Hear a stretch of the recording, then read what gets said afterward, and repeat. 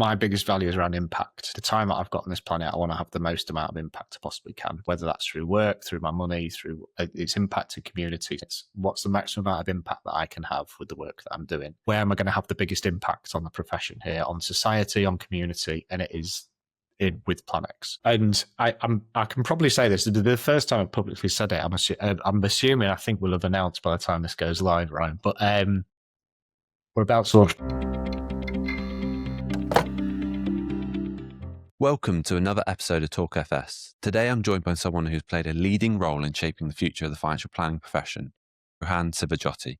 Rohan's the co-founder of Plannex, formerly known as NextGen Planners, a community that began as a small Facebook group back in 2016 and has since grown into one of the UK's most influential professional networks, now supporting over 1,500 members.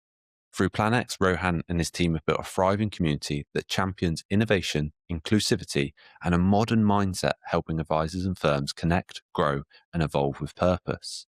In this episode, we'll be covering the evolution of NextGen Planners and how it became a movement, why Rohan and the team decided it was time to rebrand Plannex, and the mindset shifts redefining what it means to be a modern advisor. Rohan, thank you for joining me today and welcome to the podcast. Thank you, Ryan. And do you know what? This must have been a long time coming because it's 2,500 members plus now. So from the 1,500 you said, it's it's growing arms and legs, but great to be here. And yeah, thank you for having me today. Fantastic. Well, yeah, even better. So sorry for the mistake in my intro there. Let's go back to the start. NextGen Plannex has been going for some time now.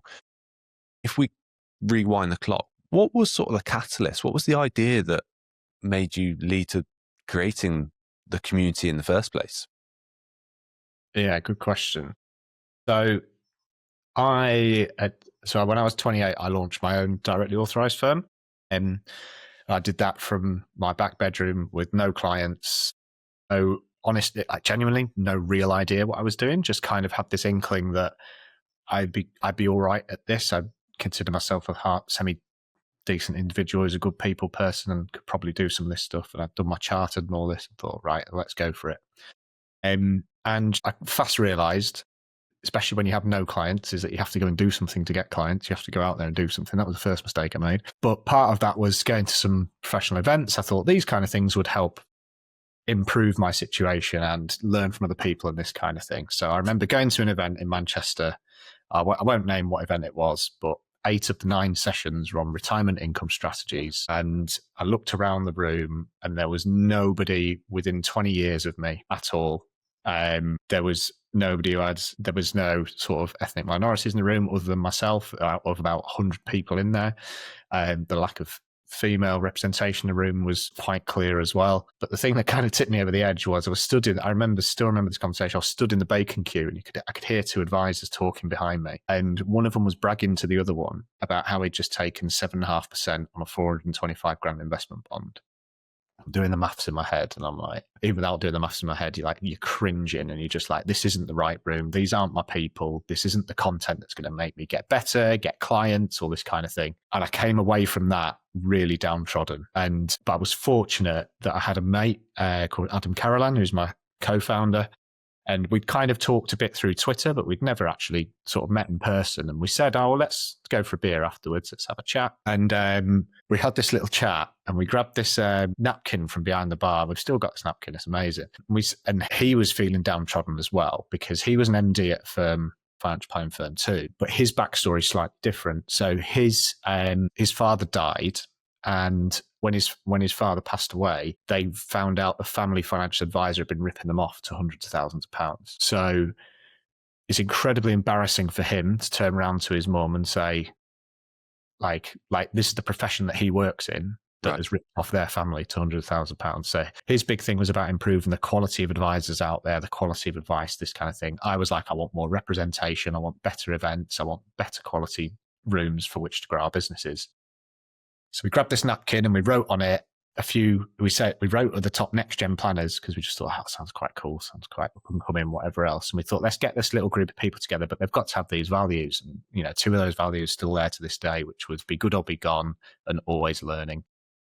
those were the two things that we wanted people to have that mindset of you're never there, you've always got to be learning, you've always got to be going, but you've got to be good or we will just get rid of you. Like we're not bothered, we won't work with you or whatever it is. So we started this little Facebook group, and that went to about 500 people in a month. And we were like, I think we're kind of onto something here. This is quite cool. And all we did was really simply, I think we had this advantage was because we understood the market, because we were financial planners running firms. We knew what the challenges were. So we weren't coming from it from an outside perspective, trying to work out what challenges for these advisors are. We know it. We live in it every day. So from my perspective, it was I was running out of capacity. I needed to train admin staff. I needed to train paraplanners. I needed to get people through exams. I needed to train advisors, this kind of thing. And I couldn't do that plus the day job. So we started devising some training, some events that would help people, but also help us, in all honesty. And it turns out everybody else needed that too. Every other founder was struggling with exactly the same thing and all this. And we timed it, I think, incredibly well. I think there was a bit of a demise of the IFP around that time or just before, which were like another group of quite elite financial professionals, which is what I consider our group now. It is the very top end. It is the vanguard of the market. It is the top end of the market. And there are things like COVID, right, that accelerated it, actually, because the one thing that COVID did was it put everybody into their sort of solitude and solitary confinement, wasn't it, effectively? It took community away from people. And what we created by that point was community. So people were chatting all day, every day. Who are you guys using for this platform, this investment proposition? Has anybody got any marketing ideas for this? The share, the collaboration, that's what we've always been big about. It's just been massive, right? And as soon as that's taken away from everybody socially, they look for it on a work basis as well. So everybody wanted community to feel part of something. So our numbers went through the roof, COVID, because people sought community and we had community. And we've always been about community. It's always been about that. It's never been about we build a load of products and now we go find an audience to sell them. I always say to people, well, no, it's been the other way around for us. Like we have a community that we've always built and nurtured and looked after and love dearly. But we understand those challenges so we can build the products to fit the community. It's like almost building business backwards. You have the audience first, then build the products. So the products and find the audience, right? And it was just a case of we couldn't see the room, so we created the room, which is the thing I always say. And I advise anyone to go down that route. If you can't see it, build it. It's been a lot of fun. I mean, from that Facebook group, we moved it on to something called Slack, which probably a lot of people are familiar with. But then that's when we started charging a monthly membership fee of was it £12.90 plus VAT at the time. It's still only £15 plus VAT now. And we didn't really lose many people at all. And we were like, right, people want to pay for this, want to be part of this. Great. And we just had this list of all the things that we didn't like in the profession. And we still have this. And we just tackle them one by one. One of the things was events. Events, God, most of them, there's still some bad ones. There's still some really bad ones. But honestly, I can sort of hand on heart sit here and say that, and it might sound a bit braggy or a bit arrogant or whatever, and I don't mean this to be, I just think this is the truth, that we've changed the events landscape of financial services from our events. So the way that we run them, the content that we put on, the fun that's built around them, stuff like that, others, for want of a better phrase, copy now, and trying to get to our level. It can now go beyond our level because people have bigger budgets than us. We don't have to budget, some of these people do. But we're really proud of how we've changed events within the profession, and for the better, because the events that people go to now are infinitely better in terms of content, in terms of whatever else, because they've kind of had to play catch up with where we've led. It's been something where we really led.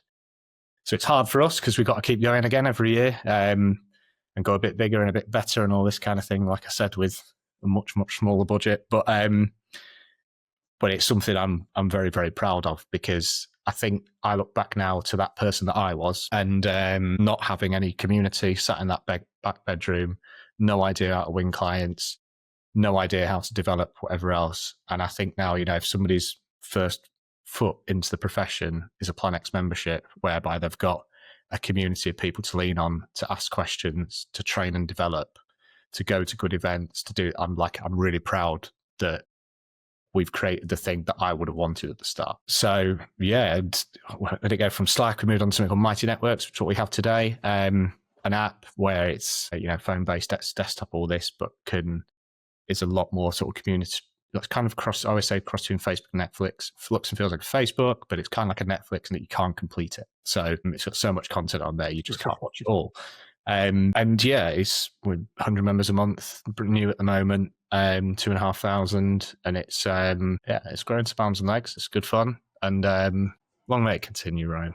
Yeah, it's amazing to hear that journey, and it's really interesting that you went to an event to want to come away better version of yourself, and you couldn't achieve that. So then you thought, well, I'm going to create the event myself. Well, in that moment, you must have thought, well, how can I learn if I'm the one delivering the sessions kind of thing? Yeah. But it sounds like you did, which is really healthy, because you brought then the community around you and sought to learn along the way, which is so important, isn't it? It is, yeah. And it was a couple of things. First of all, everybody needed it, and we didn't realize how many people were crying out for this. But also, we weren't trying to sell them anything. We weren't. We just wanted. It was almost quite selfish, actually. It was almost like we needed to get our businesses better and quite bigger, and we wanted to surround ourselves with these people. So we wanted that thing. But then immediately, it was kind of like, well, hold on, there's something here, and that's why we had to exit our businesses and go into this full time about 4 years ago now, and 4.5 years or whatever it is. It's a proper labour of love. I can't describe it. It's brilliant. You wake up every day and you just, like see all the people passing their exams, and like you read our reviews on Google and stuff. It's absolutely ridiculous. Like the amount of effect we've had in the profession and continue to have and stuff like that. And it's something I'm, deeply, deeply proud of. It may sound like I'm sitting here blowing my own trumpet or whatever else, but I don't really care, in all honesty, because I'm really proud of it. And will always sit here and say that. I think that's the difference, isn't it? Because you do care. And it is anything in life. You can feel that from anyone, particularly service-based industries. If someone's doing it for the right reasons, it just comes out in a variety of different ways. And so I'm not surprised that the events are more powerful, even on a lower budget, that you can just deliver that value, because you're not trying to sell X number of tickets or sell X number of sponsorships. It's how can we make sure the person attending comes away a better version of themselves? Exactly that. And it's just understanding market dynamics as well. So something that COVID did was, obviously everything moves online, right? And like CPD, advisors just used to go to places to go get CPD, but then most CPDs online now, you don't even have to leave the house to get your CPD requirements anymore, all this. So actually numbers at events, various places have actually gone down. Ours go up every year. And the reason why is because we understand that if you're going to take this, it's a big thing for people, by the way, and we never lose sight of this, right? If you're taking someone out of their business for 1 or 2 days, and their hotel and their travel and their ticket and everything else, it's a fair cost. That it's a real big commitment. And if we don't get it right for people, then we've let people down. So we're very, very big on this and getting it right. But effectively, we were like, well, why would people want to leave the house? Like, it's funny, COVID at times, because sometimes it's just really nice, isn't it? To just like solitude and silence and not have to do massive social gatherings, stuff like that. But we're like, well, why would you leave the house? Like, what are the reasons you go to leave the house? What are the things you go to? You go to see your mates, you go to gigs, you go to football matches, whatever it is, right, that you entertain yourself with on weekends. And we're like, for us, it has to have that feel. You have to give people a reason to leave the house. And for us, that is a big gathering. So because it's community and, you have people in, the best example I can give actually is someone from Newcastle and someone from Plymouth, right, who had chatted on our platform for 2 years, like just in the DMs, helped each other out with questions. So I said, become really good mates. Like no one else really knew, but they'd just been chatting on DMs, all this. And they met at our conference the first time. They were hugging each other. It was like they were like long lost best mates. Like amazing, because it's community. You're bringing people together. And what we do is we have a big party the night before our conference. So we invite everyone to this big party, and we say, "Come along," because it feels like that sort of university reunion sort of vibe, that sort of school reunion sort of thing, where everybody's buzzing to see each other. There are people that buy. So this like night before, we just, everybody, there's always a few that have too many and all that kind of thing. I remember the first year we did the conference, this is amazing, right? we went to a place called Albert Schloss in Manchester the night before. It's a place where you can dance on tables and all this kind of thing. And one guy fell off the table, did his ACL, and didn't even make it to the conference the next day. But the next year he came back and he got a standing ovation for coming back. It's absolutely amazing. That's so good. But it's that kind of thing where everybody's so happy to see each other. They've been chatting online, all this kind of thing. And we understand that to take people out of the house, you've got to entertain them. So put on entertainment, make it worth their while, worth the journey, all this kind of thing. We do the same every year. And we've got it again coming up in July next year. And it's just, it's the 2 days of the year I look forward to the most, the party the night before and the day after, because it's just, it's so wild. It's so much fun. So you'll have to get along next year for sure. It's great fun.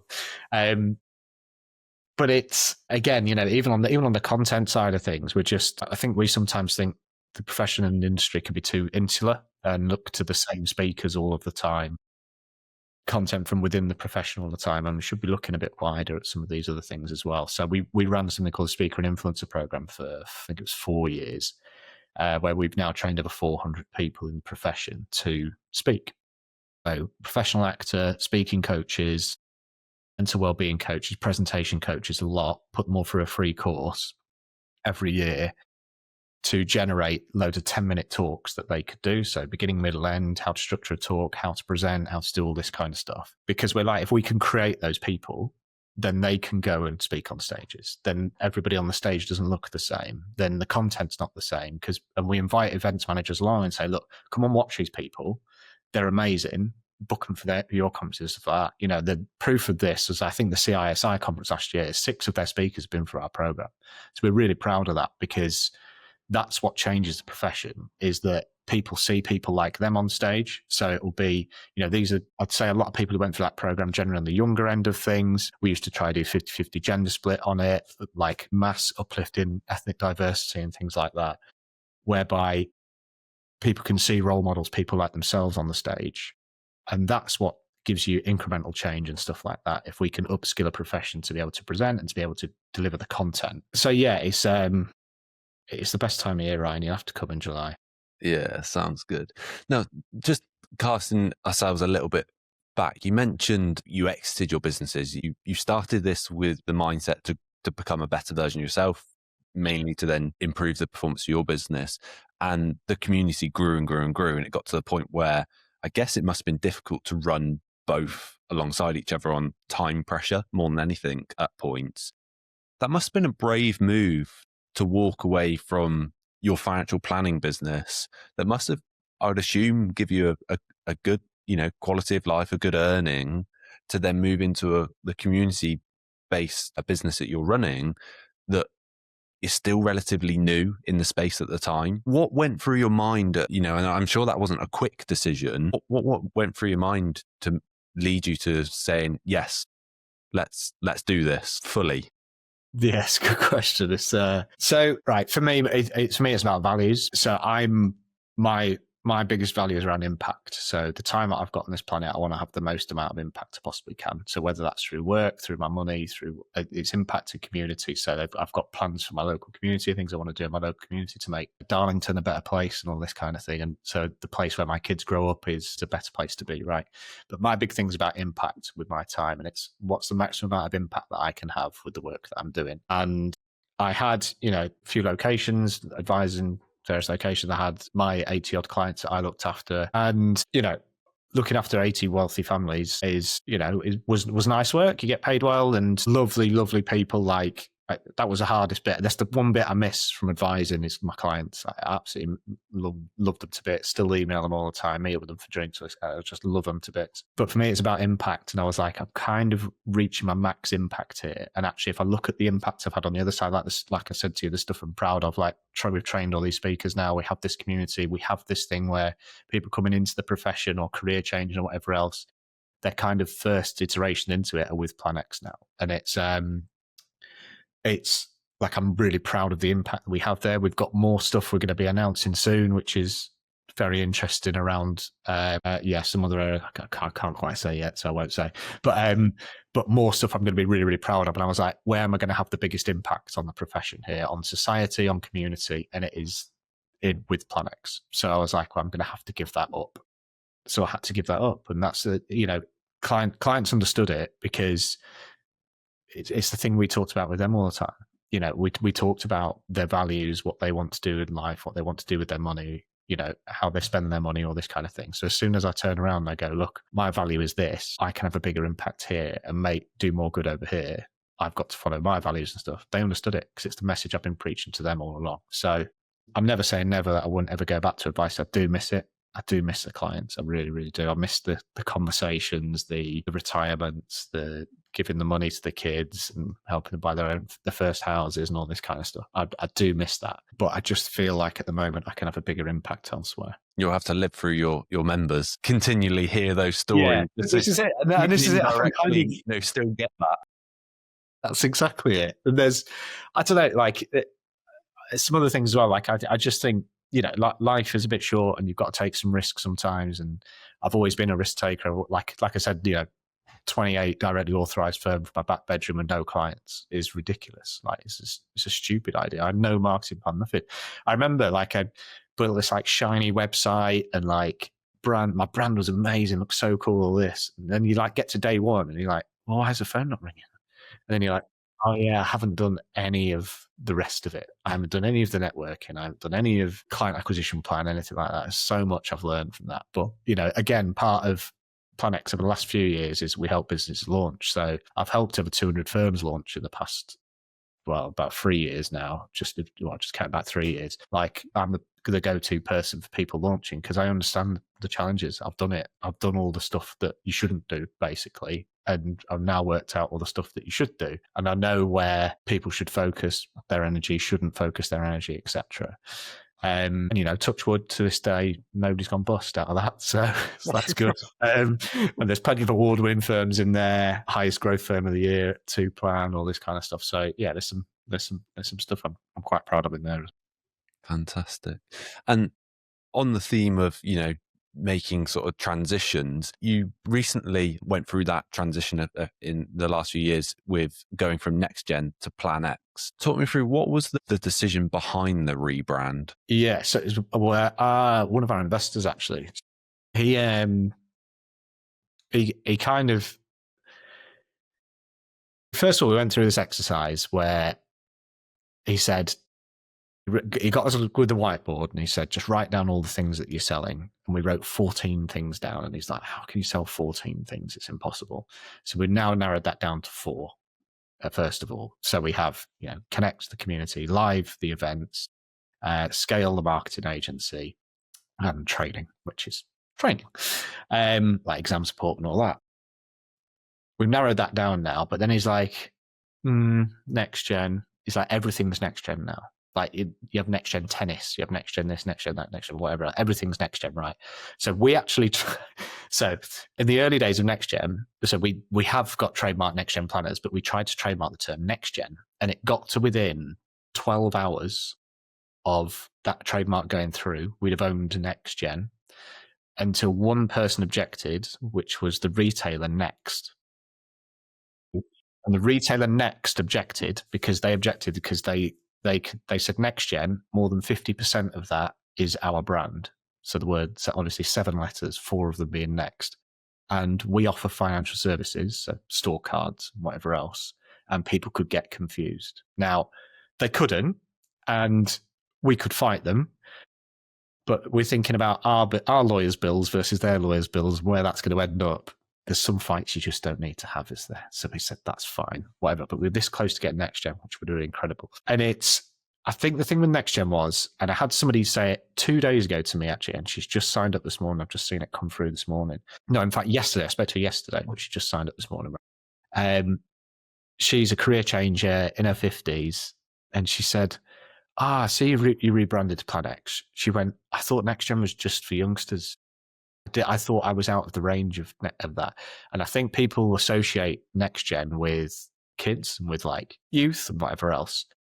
And I was forever having to say to people, no, it's about mindset. We talk about next gen mindset, this always learning mindset, this kind of thing that our community are. But if you're forever having to try and defend something or explain something, it's probably not a good place to be. So we were like, well, let's just change it up. So we went with Plannex, went for a few names and came up with Plannex. It seems to have gone down well. We think it's fairly clear. We think the market's reacted well to it. We're busier than ever. The inquiries we're getting are ridiculous now. But it's a funny thing, a rebrand, right? Because, and I said this to the team before it happened, I said, the only people that care are us. I said, you have to realize that. Nobody else cares, really. It's like, they just, like, if you think if any company rebrands or whatever, you kind of go, oh, okay, fine. Like, it doesn't, you don't go, oh my God, what? I'm never dealing with them ever again. Or, oh my, like, it doesn't really matter. It's just us that cares. So I said, if we can get over ourselves, then we're fine. And we are. So we just crack on. And yeah, that's the reasoning. I guess it makes that napkin, the original napkin, even more sentimental because that was like chapter 1, wasn't it? Oh, it's funny. I tell you what, there's an advance on that. It's amazing, right? So 3 years this month, end of this month, right? 3 years ago at the end of this month, because we built a community business, we're like, how can we take the community on the journey with us? So we did a crowdfund, right, to sell 5%, well, to sell 2.5% of the business. We ended up selling 5% of the business because it oversubscribed. And it was funny because we did it on Cedar's platform, which is now called Republic. Cedar said we're the only profitable company that have ever done it. So everybody else who raises money does it from a place of non-profitability, but we're the only profitable company to have ever done it. And what we did was what I call a reverse raise. So we put up 2.5% of the company and we sold it to members. So we said, members, you get like this 2-week window before it goes live where you can send a private link to people who want to invest.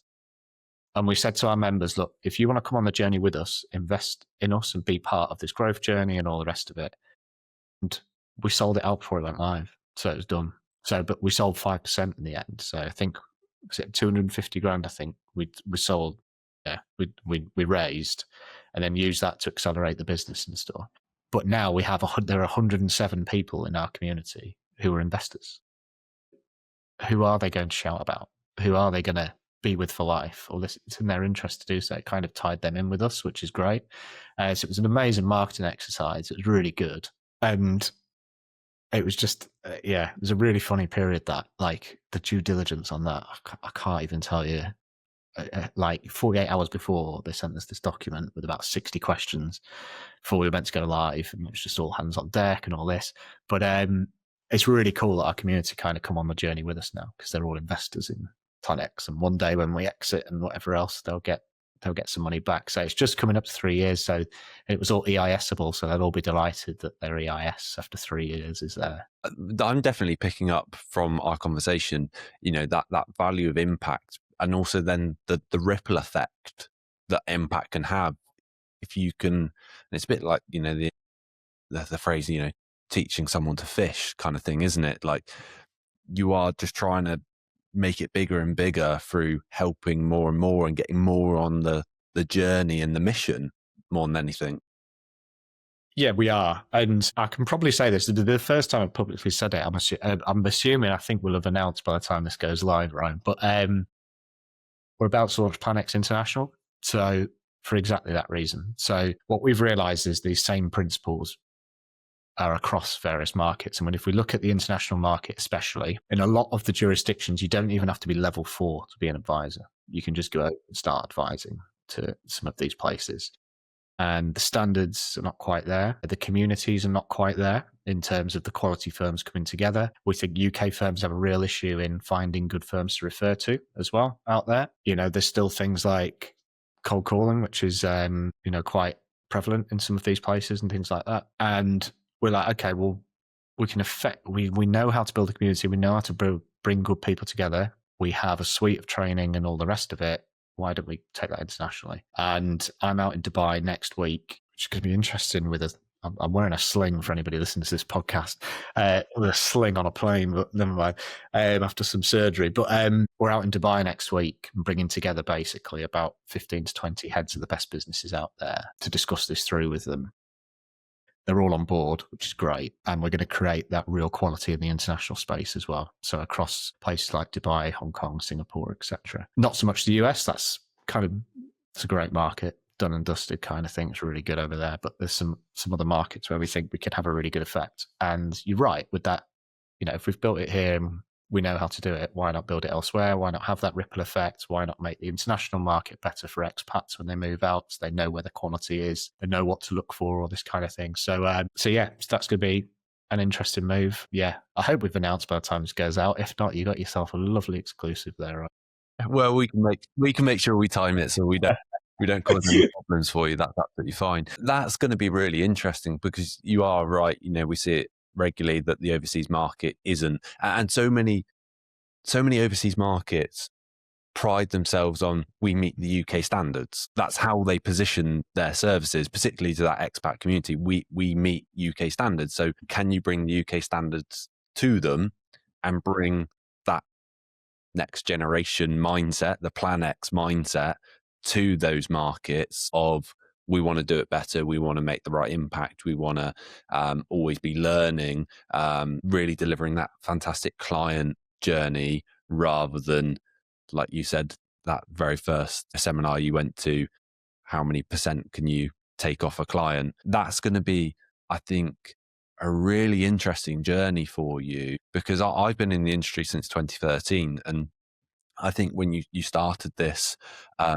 coming on 10 years ago, the industry was in a relatively good place. It's continued to get better. But the overseas market, there are shadier parts of that market that you really are winding the clock back as to where you're going in comparison to the UK parts in some areas. So you've got opportunity to really accelerate the quality of advice out there, haven't you? Exactly that. It feels like it's about 20 years behind in places. And if we can be at the forefront of driving those communities to better standards and those jurisdictions to better standards, things like that, work with the professional bodies. So like when we're doing this meeting next week, we've got the CISI coming along, we've got the CII coming along, etc., to work alongside all of these people to do that. Then that would just be another nice, going back to that impact thing, another nice impact to have. Yeah. So look, this is half the battle as well, Ryan. Is like, so this list we have of things we want to improve, it's never ending. It's like, it's what do you decide to tackle next? What do you go for next? And stuff like that. And there's been a couple of things we're quite clear on, which is we'll never move into things like compliance and stuff like that. And that kind of auditing people and all this kind of stuff, because we think that as soon as you do that, it changes the relationship. There's actually been tons of people who said, why don't you offer an SPS? Because you're effectively a professional body. You're offering the exam support, you're offering CPD, all this other stuff. Why don't you just offer an SPS and be a professional body? And we won't do it because then we have to audit people. And that relationship changes as soon as you're asking people to their CPD records and to be audited and all that. You're no longer a friend, someone that they choose to be with and to pay money to and all the rest of it. You become somebody that they have to pay money to and that they start to resent and things like this. And we just don't want to be in that camp at all. It isn't for us. But also, if you start offering an SPS, can I swear? Is this PG? You have to deal with dickheads. You do. And like, our community is very self-policing. I don't think we've ever kicked anybody out, because people will either kind of get it and they stay, or they don't and they leave. It's not for them. That's fine. I've got no issue with that. It's very self-policing. They're very, very good people. It's a bit of a no dickhead thing. There aren't any in there. But as soon as you start offering something like an SPS, you've got to deal with everybody. And we don't want to do that. We quite like our people. We're not here to try and please everybody or whatever else. It's something I've learned very hard the hard way, by the way, Ryan. I'm a massive people pleaser. I want everybody to be happy before I am. I'm the kind of person who walks around a room and makes sure everybody else is okay before I am. Like, that's just who I am. I find that very, very difficult now, especially when like last week we had, within 30 minutes of each other, an email from one member saying we don't do enough content and an email from another saying we do too much. So it's like, as you get to 2,500, there are people that you're just not going to be able to please. I find that very difficult. That really gets me. And it's something I've got to get over myself personally, that you just cannot please everybody. That's just the way it's going to be. But if we can stay true to our values, to our impact, to everything else, then that we think will get us close enough. And I think that's a really important message for advisors who are trying to grow their client base, that it's so easy to take on clients that don't align with them, but it's another client. I get closer to my goal of however many clients I want. And sometimes the bravest thing you can do is walk away from someone or turn them down at the start. if they don't align with who you are. Yeah, I would say for the right reasons, right? So I right, there were clients I took on when I was advising who I should never have taken on because I remember one guy, couple, they were just lovely, but they were just completely lost. They'd been through, I think it was a Harlequin scam or something. They'd been through one of the scams or something like that, and they'd come to me, and it was basically me fighting for 20 grand for them for their money that they, and I'd managed to get them some of it back. I should never have taken it. I didn't, but I'm a nice person. Somebody's been like detrimental that way, and I think, I do all right, and why not help them out? Why not do this? But then at the same time, there would be clients who had loads of money and would have been very, very good from a business perspective, earn the money and all this kind of thing, that I wouldn't take on because I just didn't like them, or I couldn't deal with them, or they'd be a nightmare or whatever else. And I think sometimes there can be a bit of a God complex with this stuff, and like people can listen to consultants too much and business people too much about this whole, like, you have to take on clients that have this minimum and do that and do that and do that, right, to run a successful business and all that. And I get it to an extent, but you have to enjoy what you do and you have to stay true to your values and who you are. And like, if you're just taking on people for the sake of the check and whatever else, there's other checks and balances in your life that aren't going to be right. There's other things where you're not going to feel good about. You're not going to have the mental well-being feel good about it. Like with those two clients, for example, I still see them when I go to Sainsbury's and stuff, and like I bump into them and they're ever so thankful and grateful and all that. And I get that constant good feeling from that they still get in contact with me, check how I am. I check in on them, stuff like that. And it's like, you can't put a price on that. So it's when you're turning people away or taking people on, do it for the right reasons. Don't do it for the money. Do it because these are people that you want to work with or you don't want to work with. And I think if you get those reasons right, trust me, that pays off in the long term anyway. Fantastic. Well, I think that might actually be a nice place for us to end today. It's been a really enjoyable conversation with you. It's been really insightful to learn more about the community you've successfully built and continuing to build as well, which I think is the important bit. We've got a bit of a insight into where's next for you as well with the international piece. I think that's really interesting. It's definitely something we're seeing more and more of with the world's becoming smaller. So I'm not surprised that, you're branching out into different parts of the world, because it totally makes sense. So thank you very much for coming on. Thank you very much for talking through your journey with us today. For those listening, if you want to learn more, I'll make sure there's, links in the description box below, but you do bump into the Plannex content if you're in the industry anyway. So I'm sure this isn't going to be new to you, but if it is, we've got those links in the below. And please do subscribe, because we look to deliver more insightful conversations like we had today. Thanks for having me, Ryan. Really appreciate it. Thank you.